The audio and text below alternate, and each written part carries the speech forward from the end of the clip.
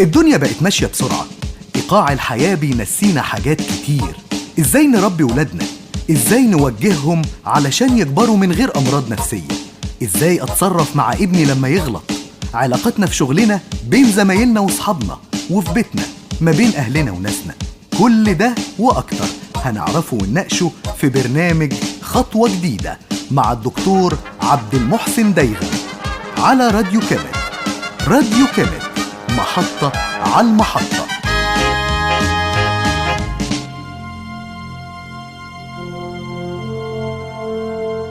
السلام عليكم ورحمة الله وبركاته. أهلا بكم في حلقة جديدة من برنامج خطوة جديدة مع الدكتور عبد المحسن دايغم. هنتكلم النهاردة على مشكلة من مشكلات الأطفال، والمشكلة ديت يمكن تكون بتظهر عند البنات أكتر شوية من الأولاد، وهي مشكلة الخوف. الحقيقة الخوف عند الأطفال بيكون في بداية حياته ليه أشكال بسيطة قوي، ولكن لو ما حصلش تعديل ولو ما حصلش علاج لحالة الخوف في المرحلة الأولى، وهي من سن 4 سنين تقريبا لسن 11 سنة، لو ما حصلش تعديل ولو ما حصلش علاج، الخوف ده بيتقلب لحاجة اسمها المخاوف. الفرق بين الخوف والمخاوف إن الخوف عند الأطفال أمر يبدو طبيعي شوية بالنسبة لسنه، أما المخاوف فهي أحيانا بتبقى مش طبيعية بالنسبة للسن. زي مثلا حد يبقى خايف، عنده مخاوف عالية قوي من التعامل مع الناس، بيخاف من الناس، بيخاف يتعامل معهم. أو مثلا إن يكون عنده خوف من الأماكن المغلقة، أو عنده خوف من الأماكن المرتفعة. بس الحقيقة ده ما بيحصل لناش إلا ما بنتجاوز سن 13 أو 14 سنة، وده بيبقى داخل فيه مرض المخاوف. بس تعالوا الأول نقول إزاي ما نوصلش ولادنا للمرض، إزاي نقدر نعالج المسألة من بدري شوي. هنجد انه احيانا بعض الولاد عندهم خوف من الضلمة، يخاف يقعد لوحده. في بعض الولاد عندهم خوف من الحيوانات. في بعض الولاد عندهم خوف من الآخرين والتعامل مع الناس. ولو ابنك عنده الأخيرة ديت وهي الخوف من الآخرين والتعامل مع الناس، اعرف ان انت سبب مهم جدا في اللي حصل له ده، لانه انت طول الوقت بتخوفه من الناس. سلم على عمه كويس، قول كذا، ما تقولش كذا، ما يصحش تقول كذا. خاصة لما يجيلنا ضيوف في البيت فبنبالغ قوي في التعليمات على الطفل، وده بيخوفه من الناس، وده بيقلل قدرته على التعامل مع الناس. ده يمكن يكون شكل أنواع أو شكل الخوف. تعالوا كده نشوف إيه هي أهم الأسباب اللي بتوصل الطفل للحالة ديت. أحيانا الأم والأب ممكن يوصلوا الولد لحالة الخوف إنه يخوفوه من الناس والتعامل معهم.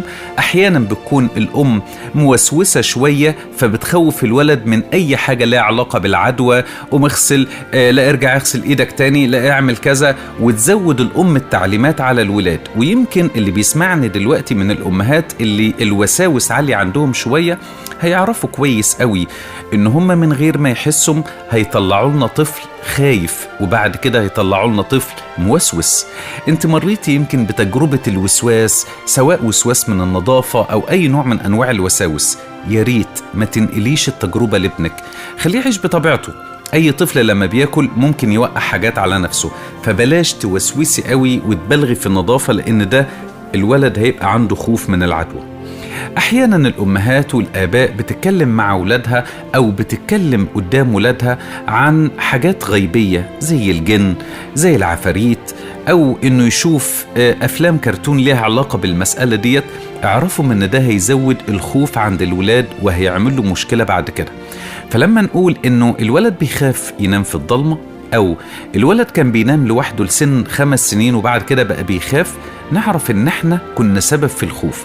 سبب في الخوف لأنه اتكلمنا قدامه عن حاجات غيبية هو مش قادر يعرفها، فبدأ يخاف الولد من النوم لوحده، أو بيخاف من الضلمة. طيب تعالوا كده لكل أم أو لكل أب سمعني دلوقتي إزاي يعالج الخوف عند الطفل. أفضل أسلوب لعلاج الخوف عند الطفل هو أسلوب التحليل المنطقي لأسباب الخوف. يعني إيه التحليل المنطقي؟ تعالى حبيبي، أنت خايف من إيه؟ أنا خايف من الضلمة. طيب لو نورنا النور بتاع المطبخ كده هيجيب لك شوية نور، وبعدين خوفك من الضلمة ليه؟ وانت خايف من الضلمة ايه اللي هيظهر؟ لا اصلا انا بحس ان في حاجات بتتحرك في الأوضة، ولما بكون في الضلمة بحس ان في اصوات. لا يا حبيبي، ومفيش حد قاعد في الأوضة غيرك. طب يلا تعالى نروح انا وانت كده الأوضة ونشوف ايه اللي هيحصل. انك تعلم الولد التحليل المنطقي لكسر الخوف اللي جواه، وده طبعا بيتم في ابسط صور بما يتناسب طبعا مع عقل ابنك او عقل الطفل. يعني بلاش نديله تعليمات اكتر كتير من عقله. ده جزء. الجزء الثاني في حاجة اسمها التقرب التدريجي. فمثلا لو الولد من النوع اللي بيخاف من الحيوانات او بيخاف من القطط او بيخاف من الكلاب، احنا ممكن نجيب شكل كلب على صورة أي دمية أو يعني أي شكل من أشكال الكلاب اللي ممكن تبقى، أو القطط أو الدباديب حتى، ونبدأ نعود الولد على شكل الدبدوب، أو إن احنا نقربه بشكل تدريجي من الحاجات اللي هو خايف منها. فإذا كان بيخاف مثلا من الحاجات المقفلة زي الأسانسير، طب تعالى أنا وإنت كده نركب الأسانسير، ها إيه رأيك؟ مسألة جميلة. إيه اللي يخوفنا؟ وده أسلوب من إن احنا نقربه من الحاجات اللي بيخاف منها بشكل تدريجي. بس ركزوا معايا، أنا بقول بشكل تدريجي، يعني أرجوكم بلاش تعملوا عكس خوف الولد وتقول أصلا أنا بعلمه الشجاعة. يعني مثلا الولد يكون أصلا بيخاف من الوحدة، فأنت تسيبه في الشقة لوحده وتقول علشان بعلمه الشجاعة. اعرف إن أنت كده هتزود المشاكل عنده وهتزود الخوف عنده. علشان كمان تقلل الخوف عند الأطفال، قلل مستوى العقاب اللي انت ممكن تعاقب ابنك بيه، وما تخليهوش يبقى عنده رهبة من الضيوف. خلي لما يكون عمه أو خاله أو أي حد من الضيوف موجود يبقى ده وقت للاستمتاع مش وقت للعقاب. امتى يكون وقت للعقاب؟ لما نفضل طول الوقت نقول له، طول الوقت احنا بنقول له انت قلت كذا، عيب، ما كانش صح تقول كذا، ازاي تقول كذا. انت كده بتخوفه. الخوف سلسلة مترابطة. اللي بيخاف من الناس بعد شوية هيخاف من الضلمة، بعد شوية هيخاف من الحيوانات، بعد شوية هيخاف من الأماكن المغلقة. ضيعوا الخوف عند ولادكم في السن الصغير ده، علشان لما بيكبر المشكلة بتكبر معاه.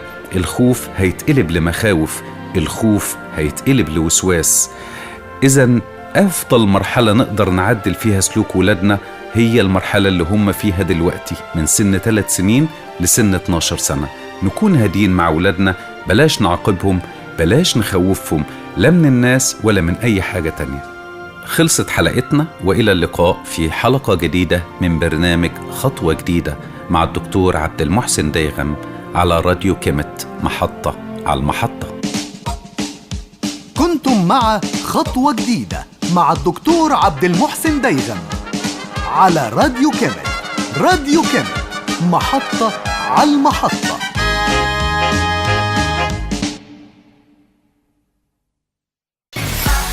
راديو كيمت، محطة على المحطة.